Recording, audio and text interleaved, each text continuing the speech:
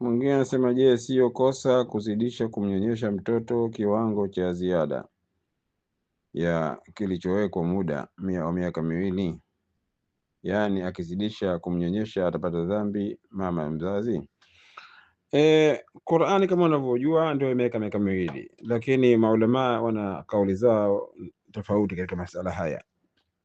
Miaka miwili taban, baada ya mtoto ikiwa ataweza kuishi kwa chakula, basi hazidishiwi tena, hata kuzidishiwa. Lakini je, ikiwa mtoto hawezi kula chakula, lazima apate maziwa tu ya mama na hawezi kukaa kwa chakula chochote, si maziwa ya mnyama wala maziwa wala chakula, huyu maulama wana kauli kwamba atanyonyeshwa zaidi kwa kuhifadhi maisha yake, yani asije akapoteza maisha. Kwa hivyo atanyonyeshwa zaidi mpaka ajiweze. Hawakuweka kwa hakika, wako wanasema mpaka itafika mpaka miaka minne, yani iko kauli hiyo. Mpaka kwa ufupi ni kwa inafahamika ni kwamba mpaka ajiweze, kwa sababu lengo ni kuhifadhi maisha yake.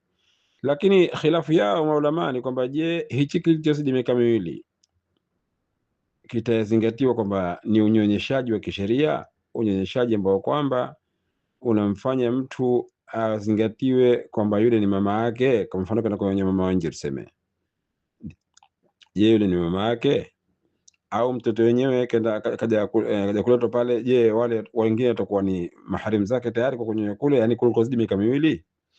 Hili lina khilafu kwa hakika, lakini kauli ya wengi ni kwamba ikizidi miaka miwili ndio mwisho. Haifanyi kwamba awe baada ya hapo azingatiwe kama ni mama yake tena au haizingatiwi tena.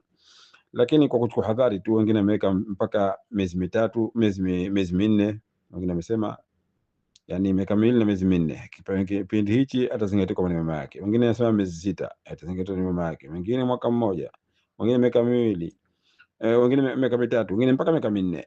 Kwa hivyo namna hivyo kuna kauli nyingi, yani ile kipindi atazingatiwa kwa huyu ni mama yake. Kwa ufupi ni kwamba mtu hana haja kujitia katika mashaka, jambo lililo wazi. Ikiwa hakuna dharura, basi miaka miwili iwe mwisho.